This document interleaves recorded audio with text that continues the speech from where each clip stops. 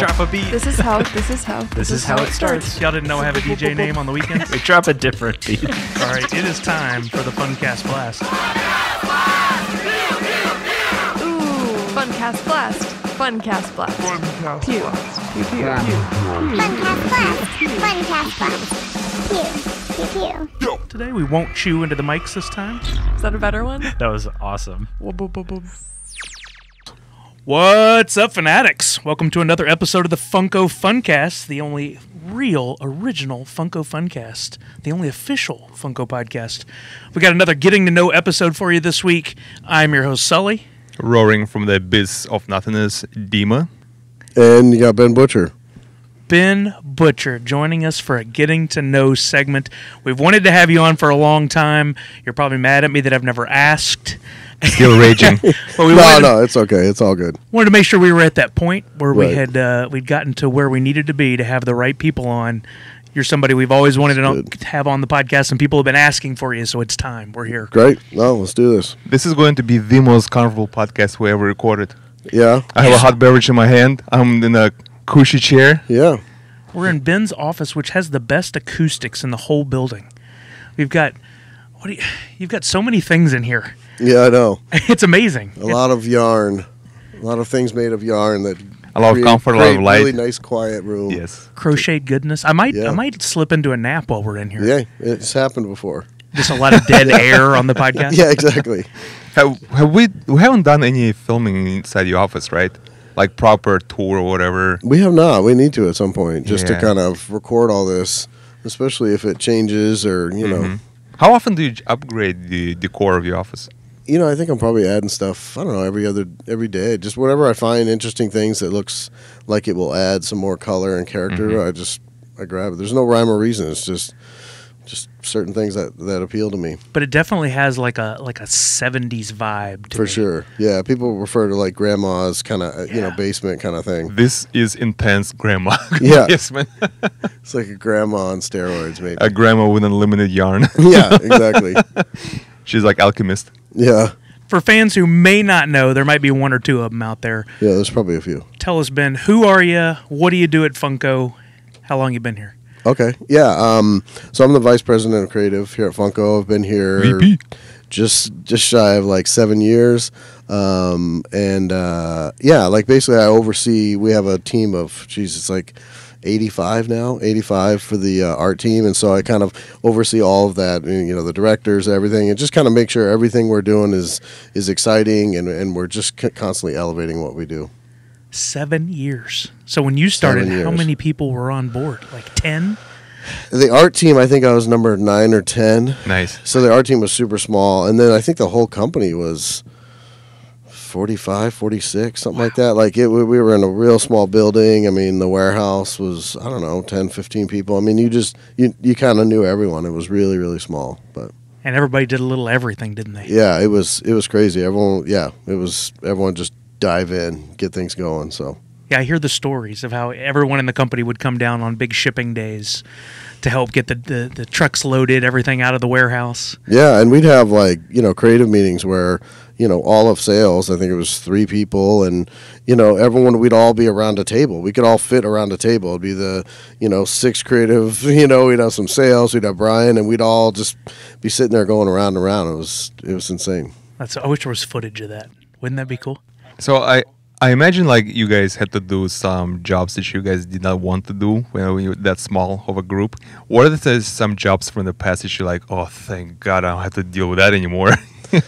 I think, I don't know that there's anything that I was like, oh, I don't want to do. I think at that point, in the creative process, I mean, we didn't have a whole lot of procedures in place. I mean, we had I think 2 project managers, one of them which was kind of an artist that we had kind of been having do project management stuff. So I think we did more of that stuff. You were kind of like not just being able to focus on the creative stuff. You were, okay, wait, we got to get this to this licensor. Let's make sure that works. We had everything on a wall. That's how we could put printouts of everything we were doing on a wall, which we could never do now. And you would organize it by, and it wasn't even organized by month or anything. It was just like, okay, what do we have in the pipeline?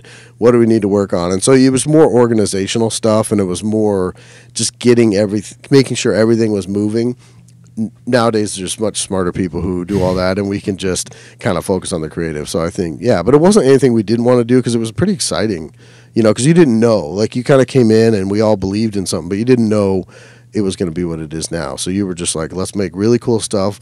Let's make sure we're all excited about it, and let's just move. Let's go. So I actually got to visit Funko as a fan. It was either 2014 or 2015, shortly after Funko had moved over to Shooks and Way, and I got to see that wall. We came through a tour, and that's everybody's right. like, We still keep your had that phones wall down, but you can see the wall. And I saw the first Conan pop and the Supernatural Mystery Minis and a few other things, and we were just in awe to be able to see all that in one spot.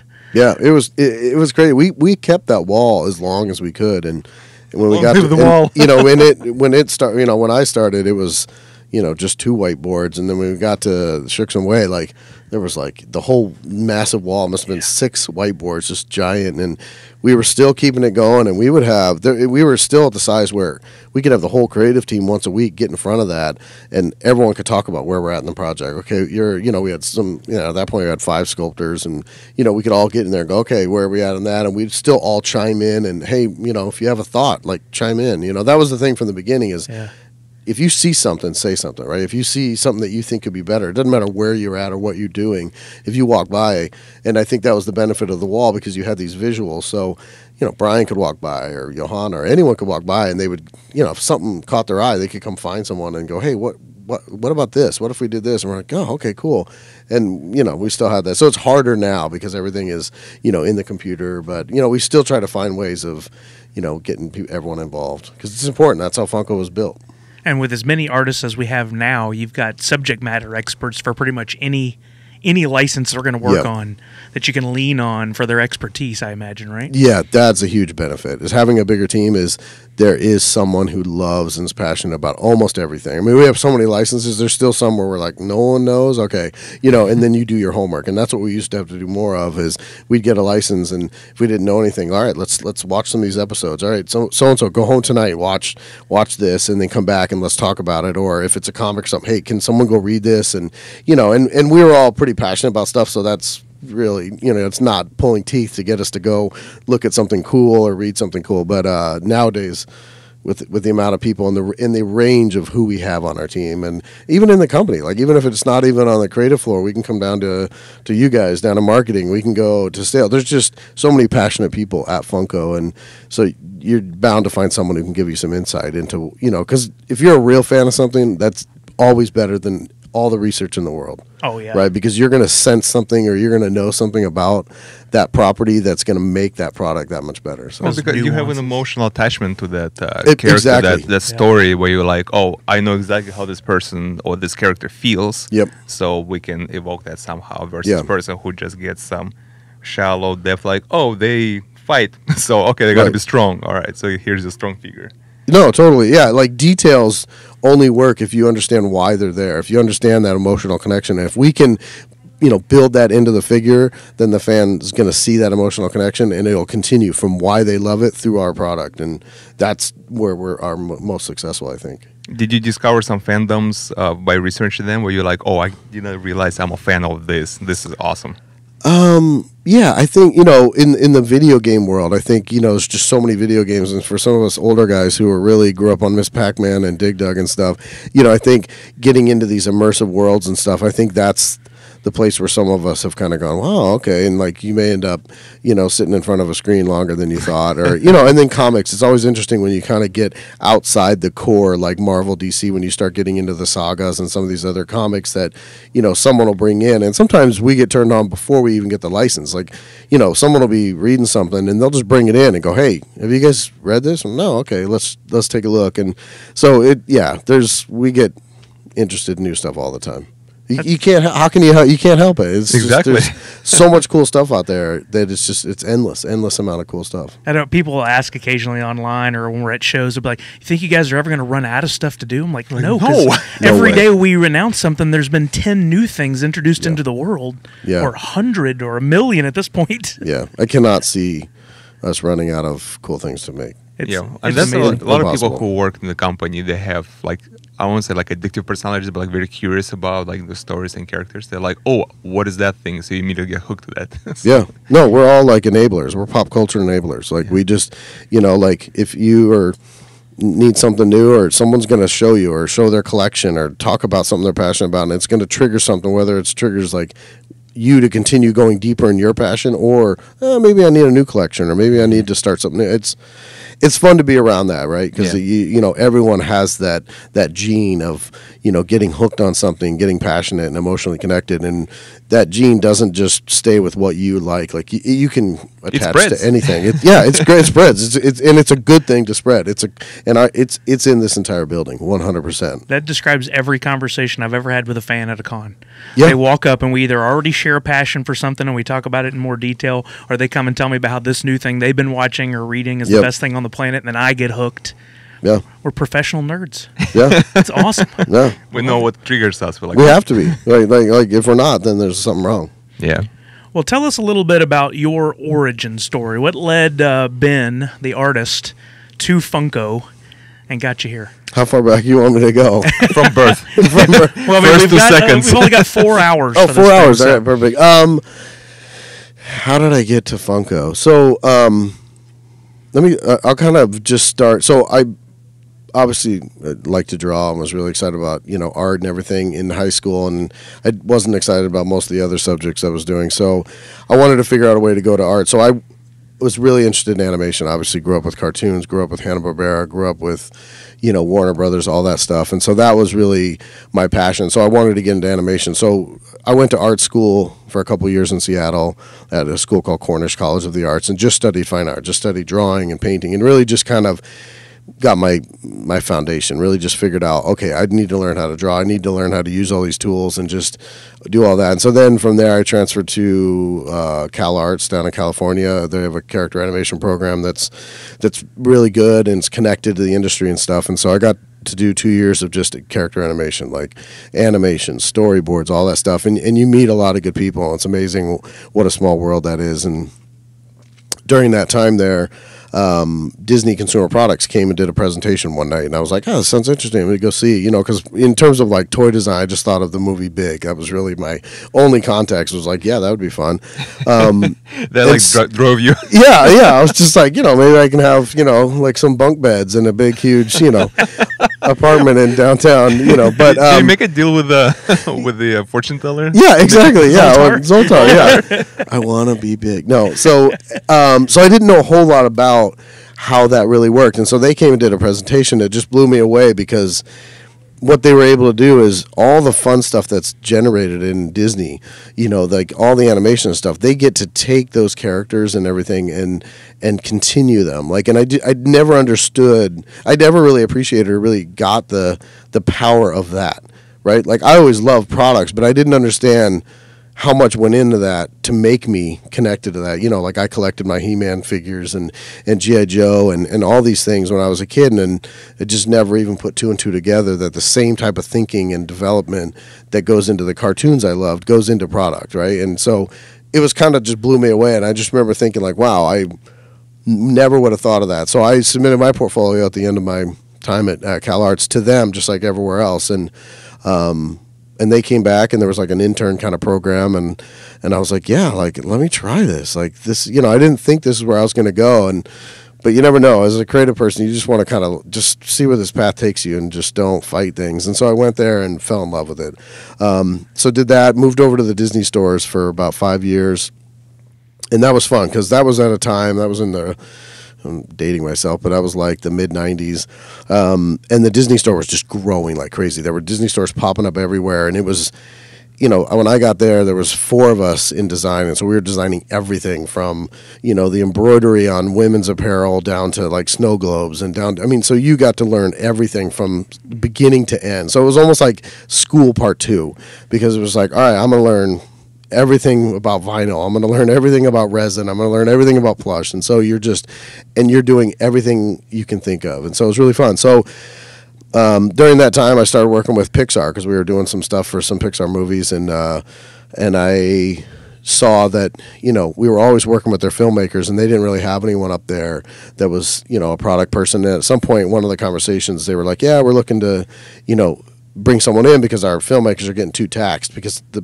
Pixar movies were getting bigger. And so there was a lot of demand for them to, create products. So I was like, oh, that's pretty interesting. So then I applied for this position and at Pixar and got it, and got to be basically the toy guy at Pixar. There was like one person in consumer products as a creative person. I was the, director of all basically consumer products from a creative point of view at Pixar. So I did that for 11 and a half years, and that was insanely amazing.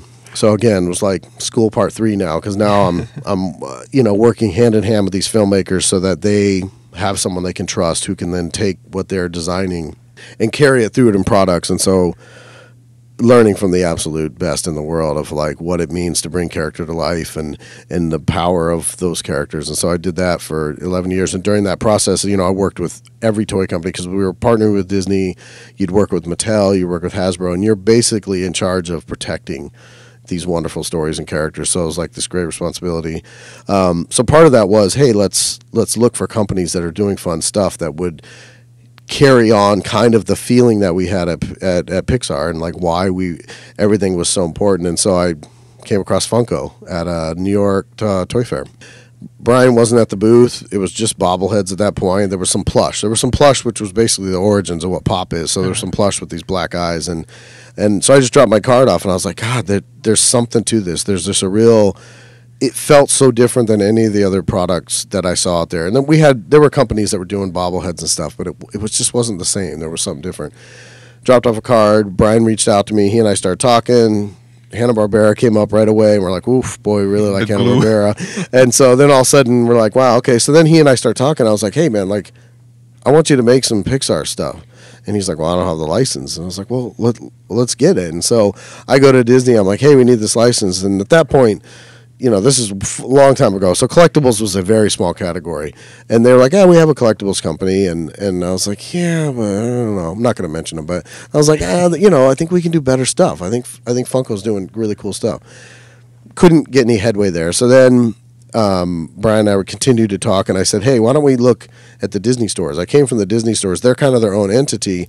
And Brian's like, well, yeah, I've kind of worked with some of those, talked to some of those guys at the Disney store. I was like, well, let's both start pounding on that door. We went there, and they were like, yeah, we'll take a chance. Let's do some bobbleheads. And they have their own kind of world. So we're like, okay, great. So we got the license through that, not in the mainstream, but through just the Disney store. So we start cranking out some bobbleheads, and then Pops were starting. And so I was like, yes, please, let's try this. This is so cool. So we started doing that, and then it took off at the Disney stores, doing really well. And then eventually Disney Consumer Products was like, yeah, we'll fold that in. And we just kept going and going and going. So during all that time, I worked, I think, 3 years with Brian on the other side of just, trying to crank out as much cool stuff as we could come up with. He got to a point where he's like, hey, I think we might be, moving towards, really growing. And I was like, yeah, I really believe in what, Brian stood for and what Funko was about. I was like, this might be kind of cool to kind of take this. So, I started talking. At some point, it really made sense to like, yeah, I want to take a chance and see if I can't help what he's trying to build. See if I can bring anything to the, that I've learned through, all my Disney and Pixar days. And it worked out. Came here and was able to bring some of that, all that things I learned and culture, and build this team here. So, yeah, 7 years later, we're cranking. So, and a lot of it feels very similar to what worked at Pixar, what worked at the Disney stores, and and just all those moments where I was like, wow, this feels really cool, and this is what it's about. Like, to bring all that and to work with Brian to say, okay, let's embed some of that into what you guys are already doing so well. Let's see if we can do it. And it's been amazing. That's awesome. I only knew small portions of that story. Okay, good. I'm sure. Yeah. Hopefully, I didn't go on too long there, but. No. I love every second of that. Because I remember as a fan collecting along. I got in right when Pops got to be a thing, and I remember going to the Disney stores trying to hunt down those Wreck-It Ralph Pops that were so hard to get at first, and then they finally started appearing, and we all gobbled them up as quickly as we could find them. And that began my love, of course, Sully. I'm sure you had a hand in a few of those items on both sides of the fence. Absolutely. I worked on that first Sully, working with these, here it was Amos and Sean, those guys kind of figuring out, okay, how do we translate that? And then just recently we redid Sully, kind of updated him based on the one that's outside the building. So, I know those Pixar characters way too well. I bet. Yes, So- 18 years with them now. Yeah, Wow, that's impressive. yeah. So you talked about your journey almost as every level, every job you had after school was another level of schooling. Do you feel like now you're still learning, or have you turned more into the professor No, for no, the people out here? You never stop learning. Yeah. Like, we have this team of everyone from 21 up to, 50 years old. And every day I come in here, I'm learning something from them. I'm learning something from Brian. I'm learning something from you guys. Like, it's continual. Like, it really, the real school starts when you get in the workforce. I always think, like, yes, school is amazing and it lays your foundation, but you really learn when you get, next to people who are really good at what they do.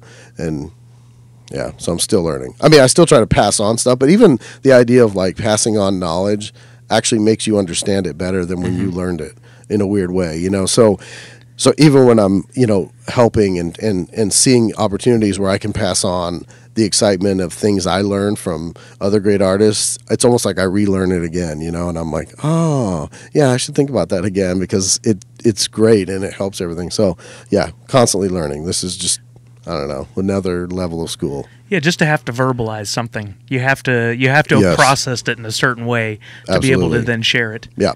Well, I think like one of the biggest lessons people who listening can get out of the story is that like the creatives who are trying to get jobs, like, oh, I'm a creative, I'm an artist, I'm trying to get a job. Like, imagine if you're a cartoonist, right? You're like, I draw stuff, I want to get into the animation. You cannot get to animation, can't get it because it's just everybody wants to get in there. However, you probably thought, well, why do I like animation? Because I like to create things. I like to create characters. What untapped markets out there that needs people who like to create characters? Figures. So, I'm doing exactly the same thing, only now I'm making them in 3D. Yeah. Versus creating just on paper. So have that open mind for creatives is extremely important to be successful. So- 100%. I always tell, like, when I get a chance to talk to kids and stuff, and because I'm obviously a fan of living a life as a creative person, and I believe everyone at some level is creative, and the more you embed that in people, the better doctors and mathematicians and businessmen you're going to get if they at least tap into their creative potential. And so it's why it always worries me when they start pulling that from the schools, because I kind of feel like that's going to make the other things better. But so when I talk to them, I always say, like, don't lay such a firm path of what you think Yes. you want to get to. Like, if you're like, oh, okay, like for me, it's like, oh, I want to make cartoons. Like, that's what I want to do. But along the way, there was a detour that took me this way, and I'm probably doing more than I thought I would ever do because I trusted the path to take me, somewhere else. And, the idea that once it leaves the screen, that's when now we're in charge. We're in charge of, of continuing all the work that was put into something on screen, whether it's or in a comic or on a video game. Like, that's our responsibility, is to make sure that everything that was built into it continues. Because if we kill it, then that's on us. Like, we really need to, like, the reason the why ball, people yeah. love it, it's like, it's a responsibility. Like, I always look at it as like, man, this is not just, well, let's just make a figure. It's like, okay, why do people love that character? Why do they love that storyline? Okay, let's bring that into something. So when they're looking at it on their desk, we're extending the life of what that is. We're not changing it. We're just extending it. And that's a huge responsibility. It's a good way to look at it. Doctors of fan worlds. Yeah. That's what we Yeah. are. Yeah, we really are. Yeah. Again, Doctor. professional nerds. Doctors. Yeah, Yeah, exactly. Well, speaking of fandoms, that's something that we like to touch on with the Getting to Know episodes. What are you a fan of outside of Funko? Outside of Funko, like, I mean, well, we touch everything. So, I mean, Dark Crystal is something I'm a huge, huge fan of. So, like, it's one of the things I always talk about. It's one of the things I was just pounding on Brian. Hey, can we do Dark Crystal? And, we waited until it made sense to do the classic stuff. But that's something that, when I saw that as a kid, like, it took any walls that were up in terms of how far creativity could go and just blew them down. So, huge fan of Dark Crystal. Huge fan of just things from around the world, like the way people visualize things around the world. Like, I talk to, Dima all the time, like, hey, I just got this batch of, old vintage children's book from Russia, or, I'll find stuff in, France or anything. Like, I just love looking at the way that, everything evolves simultaneously around the world. Like you can think like, oh, there's this great, comic that started here in the U.S. and that style probably is happening somewhere else in a really interesting way. So, like I'm a huge fan of just looking at books and finding great stuff and all that. So that between like the pop culture stuff, but then outside of that, it's like discovering things that I didn't know that I needed in my life. That's from a visual point of view. Yeah. Oh, yeah. Again, this is, life schooling. So it's that, and, I love music and just anything that can get me thinking in a different way. You should think creatively from outside the box. Yeah. I mean, I can, dive deeper in the pop culture world stuff if you want, but Dark Crystal's the one that I always put, like, at the top. Obviously, I mentioned Hanna-Barbera. So, Hanna-Barbera is why I draw. Dark Crystal's why I realize that I'll never fully reach the potential of how far creativity can go. Imagine reaching like the edge of creativity, like, oh, that's it. Yeah, I'm like, no, there you go. My bag. Yeah, I'm going to turn around and make my way back. Like that commercial where the guy, he finishes the internet. Yeah. I forget what it's for. It's like, yeah, all right, I'm done. I'm done. Yeah, exactly. No, again, going back to our conversation earlier, like there are no limit to the amount of licenses that will ever be out there because you can learn 10 things today, but there's a million new things created. Yep. Yeah, I'll spend my entire life trying to hunt down the next fandom, I think. Totally. Yeah, wow, that's a great way to live. Yeah, I'm not mad about it. Yeah, exactly, yeah. I get to live as a nerd. Yeah. So you talked about your favorite fandoms. Do you have any favorite individual characters? You mentioned Hanna-Barbera, so maybe Huckleberry Hound, one of them as well? So, Secret Squirrel. I'm all about Secret Squirrel, nice. Morocco Mole. I think the idea, like, growing up in the 80s, Private Eye, the Magnum PIs, the Matt Houstons, the Simon & Simons, like that was my pedestal of cool, as these just cool guys. And so I think Secret Squirrel, and I love just animals in general. So the idea that you have this animal who is that Private Eye who has all this cool stuff. So definitely I really love Secret Squirrel. And then, when I got to Pixar, I got to start on Nemo, and it was a 4.5-year process and so I got to sit and watch this world develop for 4.5 years. One of the characters that developed during that time was Dory, and I've just up until that point never had such an emotional connection to watching a character come to life, both from the designers and what they were putting into how they were translating this fish, to watching the animators do some early tests to Ellen's voice, and then to what Ellen brought to it. And so you almost feel like you kind of watched this thing happen. Like, you really kind of, and so there's something about every time I see her on screen, like it's very magical for me. So, that's a character that I really respond to. Yeah, those are the ones that stand out. And then from classic Disney, like for some reason I love Flower, like at Bambi. Like I want to know more about that character. Like it's just, I love the shyness and the idea that this skunk, which we all kind of think of as a certain way, is now just treated in this really beautiful, shy, innocent way. Like there's something about that character too. So it's awesome. Yeah. We're sitting here in this room full of stuff, so I know this next question is going to be big. All right. What do you collect? Oh, boy. It's a scary question. I know, I feel like we're going to need a whole hour for this. Yeah, collecting. So I mentioned books for sure. Like I'm an avid book collector, but in this office, one of the things that we're sitting right next to is Japanese chalkware. So this is from the 50s and 60s. Brightly colored banks. They're all banks. They were kind of, sold at like carnivals and, just different little places, odds and ends, little, 5 and dime stores, things like that. There's something so interesting about it. They are super fragile because they're basically made of chalk, right? So chalk that's kind of, bound together. So if you drop one of these, it just shatters. It shatters. Yeah, right? So the fact that, they've made it 80 years or 60 years or whatever it is, it's pretty amazing. But it's also because the choices, and there's so much of what we do, like, they're all these animals, but they're pigs that are blue and green and orange, and there's these color variations, which is something Brian's really passionate about too, is just seeing how someone can take the same idea and do a variant and make it as interesting as the one next to it. And when you see them all together, there's a power in that. So there's something about this collection, and just the fact that these have had lives. I like collecting things that are older because I feel like there's already a life that's in them, and they sat on someone's shelf and witnessed something, right? And there's a story to them. So I just always imagine like how far these came, and how well they were cared for and loved in order to make it this far without being damaged. So there's something really neat about that. on the other wall, I have a group of Russ Berry kind of social figures. They're called silly sculpts, and they were handed out like almost like greeting cards in the 70s and stuff, like, oh, world's greatest mom, world's greatest dad. And then there's some that are really not politically correct today, and that's what's really interesting to me. There's a lot about, you know, being a heavy drinker or being a smoker or, you know, things like that, which just, it's interesting to me that someone would see one of those and be like, oh, I know my uncle is, you know, an alcoholic, and I think it's funny, so I'm going to give him this you know, statue that, you know, makes fun of the fact that he's got a, you know, alcohol problem. Yeah. So there's a really interesting, but again, it's characters, right? It's this interesting take on everyday life, which again ties into what we do. Like we're making characters out of characters out of characters. It's like this iteration process. So those are just fascinating to me. And again, like I just wonder, what are the stories? Like, where did they come from? You know, whoever had that probably either was connected to that in some way or their family member thought they were, and there's just a cool life to those as well. So now I want to watch a show where Ben goes shopping and gets those stories from people about whatever tell me it is about he's collecting. this drunk figure that you have.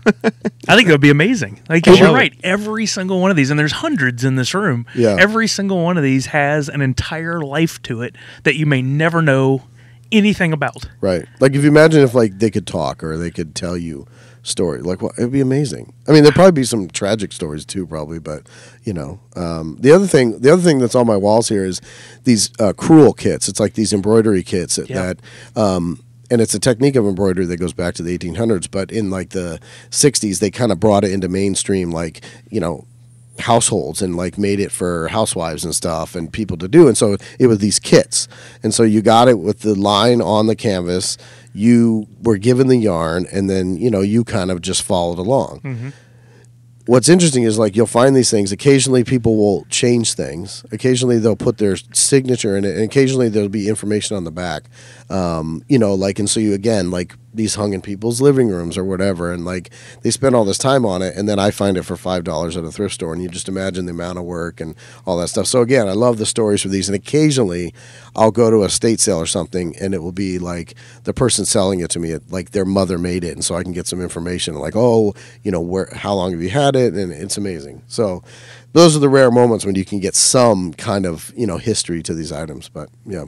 Yeah, when I was little, my grandmother would always do cross stitch. Yep. And we would go over to visit, and she would show us how she did it. And then when she passed, we went and were going through her things. And on the back of one of them, it said, you know, Christopher helped me make this on this date and this year. And even though the front of it doesn't mean much to me, that part on the back means everything to me. Yeah, absolutely. I love when people write things on the back. I have one at home that there's an entire like love story that was written from one person to this other in very intimate details. Like they really, and you know, the image on the front probably wasn't as important, but it was something that tied this. But yeah, it's amazing when you see this stuff and it'll say like, you know, to my grandson, 1981 or something, 1979. And so you start to think about how these were, you know, made, and yeah, it's cool. They were shared moments. That was social media then.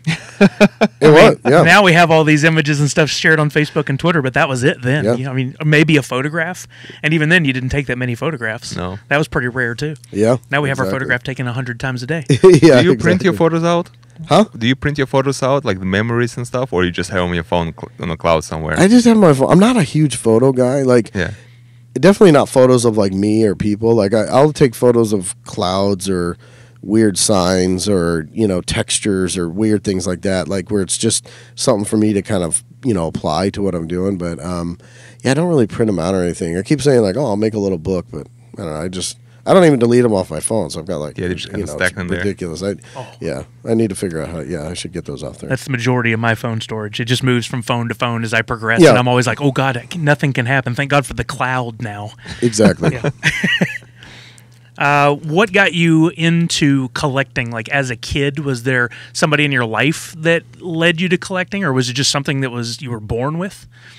You know, my mom definitely collects things. My dad was a minimal collector, but it sounds like from the stories my mom says that just right out of the gate, I would, you know, keep things together, whether it was collecting sticks when we go camping or collecting rocks, or like she said, there was always something of like wanting to kind of, you know, have a little set of stuff. And then, you know, He-Man action figures was when I kind of like took it to a level 9. And my mom tells the story where I was looking for Merman, and I made them stop at every Kmart. Like, we were always on road trips. My parents are all about, we had a Volkswagen Vanagon camper, and so we were always on the road, like, traveling, and I made them pull off on every one until I found that Merman, and she tells everyone that. It's like, that's when she realized this is another level, like, where you're obsessed with finding it, and I already kind of figured out, okay, well, if this store doesn't have it, maybe this one, so, and I'm still stopping at stores looking for stuff, so it's just different, but, yeah, that was when the bug hit me, and then with my He-Man collection, I got to an age where I was like, oh, I need a skateboard. I need to, like, grow out of this toy thing. So then I sold my He-Man collection. Oh. So that has created the collector even more in me. So now when I came back around and realized, oh, that was really horrible. So now I think I even collect more to make up for that. So, which is probably going to end up being in a therapy session when I'm, discussing my house that looks like a hoarder's house, probably at some point. So It's not fear of missing out. It's not FOMO. It's a whole other thing. Like I went through the same thing, but yours was voluntary. My mom sold all my Star Wars action figures in a garage sale while I was screaming and kicking and fighting her. And to this day, every time I see her, I was like, "You remember all the Star Wars toys I used to have?" Thanks. Yeah. No, I've definitely, made up for that and then some. So I'm doing the same thing. And Motu bonds so many of us around here. man, Motu's, yeah, It was everything when I was it a was. kid. Yep. All right, so that's the getting to know you. But we have some fun questions that we like to ask everybody that kind of ties it all together. Things that our fans ask us often on the Funcast. All right, let's do it. Kick it off with, often debated, does pineapple belong on pizza? No. I love the quick No answer. fish, no fruit on Fish pizza. on pizza? Ooh. Right? That's my rules. Like, just, they don't belong. No fish, no fruit. Don't I put it on 100% pizza. agree with you there. Yep. Yeah, anchovies on pizza, I can't think of a worse thought. Yep.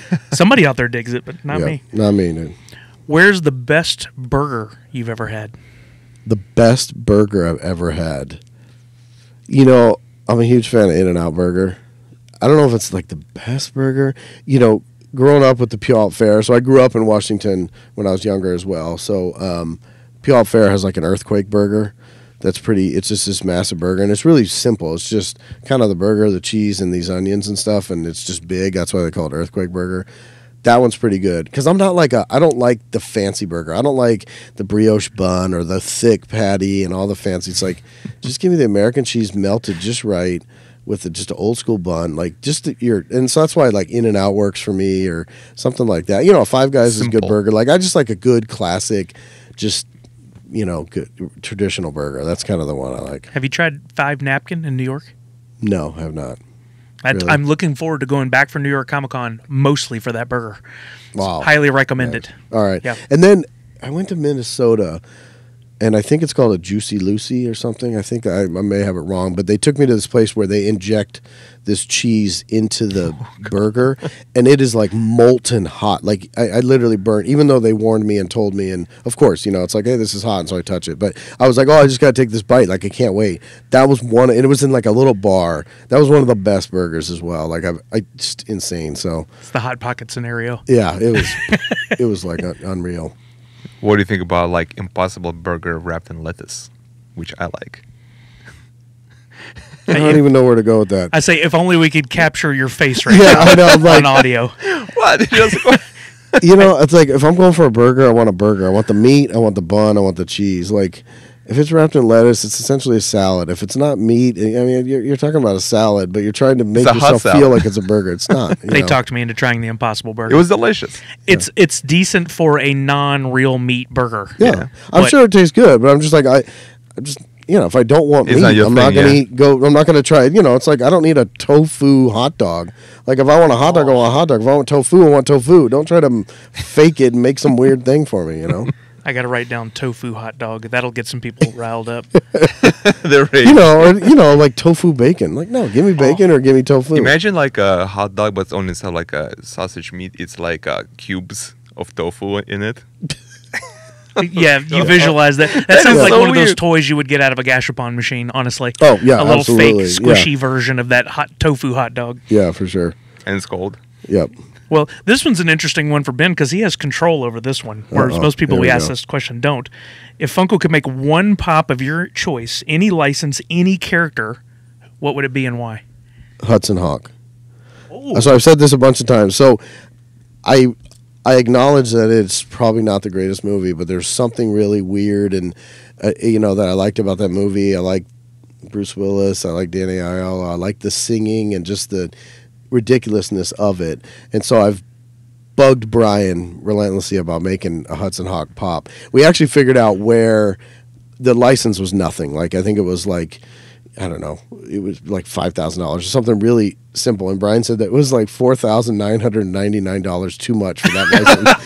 So I think that's the one. If I could make one, I would make Hudson Hawk. Yeah, I would make a Hudson Hawk pop. Him like swinging on something or flying on one of those Leonardo da Vinci contraptions. Just like that's the one left that I would love to do. I know of at least one other person that's asked for that. No way. Yep. Yeah, my buddy who runs the Skip to the End podcast in the UK loves Hudson Hawk and would get it. I would buy that just for the stories I've heard about behind the scenes on the movie, I think. Oh, yeah, and the director says it's like the worst movie he's ever made. Like, I mean, like, there's not really a lot of good hype around it, but I just can't find enough fans to really the charm warrant it. But, yeah, if I could ever, like, I've even thought about, like, just funding it myself, just, do a Kickstarter. 5,000 people, $1 each, license done. Yeah. Let's I was thinking doing a car wash, just me in a bikini on the side down here. Just come to Everett, get your car washed, we'll make some money, and I'll get a Hudson Hawk. A tie-dye bikini. Through Everett, and Ben is chasing you with the bucket and the sponge to wash your car. Trying to get a pop made of a character you've never heard of before, most likely. I only know because I'm a huge sounds movie like a good movie right there. It's its own movie. Yeah, exactly. It just wrote its own screenplay. I love it. All right, we're going to do a giveaway, and then I know you have some crazy questions. Yeah, not crazy. So last week on episode 116, we promised a couple of giveaways. We do this every time. Our winner on Twitter was Matthew, a.k.a. AbbottMW. He'll get a surprise prize pack. And on SoundCloud, a Social Media Freddy and a Funcast shirt goes to Star Platinum. I love these names that people have. Yeah, that's crazy. Good name. This week, we got a new giveaway, and you're going to help with this. All right. We're going to give away a Social Media Freddy Funko Pop. Everybody wants one of those. Those are cool. And one of the new Golden Idol Freddy Pop pins, very limited. I can't tell you how many are out there. Dima said last week it was only 3. We've given away more than 3 already. So Golden Idol one, like from the Fun Days Golden. One of those. We kept a few back. Update. I heard it was 5 now. So. 5. Okay. Yeah. 5. Each numbered. We've got somebody hand engraving these in the background, making them. Yeah. Nice. So all you have to do for listeners in order to win is share the Funcast on Twitter with a link to where you listened, whether that's on iTunes, SoundCloud, Google Play, whatever, and include the hashtag Funko Funkast. That's Funkast, along with an emoji. This is to see who really listened and who just saw there was a giveaway and is emulating everyone else. And we're going to let Ben pick which emoji should people include with their tweet. It's got to be the green barf emoji. The green barf? Yeah, where I use it for so many things. None of it having to do with barfing. And it's just such a great emoji to just throw into the weirdest time. And I just love that it's green, and it's just, we got to go with that one. It's funny, we've asked, I can't tell you how many people now when we've done this to pick an emoji, and no one has overlapped yet. Really? At least 10 or 15 people that we've done this with, and every single time somebody picks a different emoji that resonates with them. I think it's amazing. That's cool. So y'all go do that. Go share the Funcast. Tell everybody why they should listen. Include the link. Include the hashtag and the emoji. Yeah. You heard it. I'm not even going to repeat it. That for those people who are skimming through trying to find, you'll have to listen. Perfect. Dima. All right, Ben, I got a couple of questions to you. All right. So, if you were a part of any fictional story ever told, which fictional story do you want to be a part of, and which character would you want to be? Probably Fraggle Rock. If I could be part of Fraggle Rock, because I always felt like it was a really, really magical world. And then there was a character called Traveling Matt who would come through, and it was a Jim Henson voice character, and it was this kind of, he was a musician, he sang, but he was kind of this like spiritual kind of guide that just, he would visit the show occasionally, and they all really looked up to him. So I think it'd be cool to be that kind of guy, just to be this like fun spiritual guy that came through, and you're kind of a hippie vibe, which I'm into a little. So I think I would love to be that character and interact with the Fraggles and the Doozers at that level. Would you have a Doozer? Huh? Would you have a Doozer? Yeah, I'd be good. And I just always want to know what those little creations taste like. It always felt like it's probably just like the sweetest, like sugar cane, or that's all you had to do is just sing and dance all day, jump in the pools, and eat sugary things that these wonderful little guys make. That's a pretty good life. That's a pretty good life. Can it be that? Yeah. Traveling Ben. Traveling Ben. I'm there. Let's do it. I Are there any topics that really gets you hooked to like and go down to like Wikipedia or YouTube hole where you're like, oh no, I cannot Google that topic because you're going to That be we down can for talk about? hours.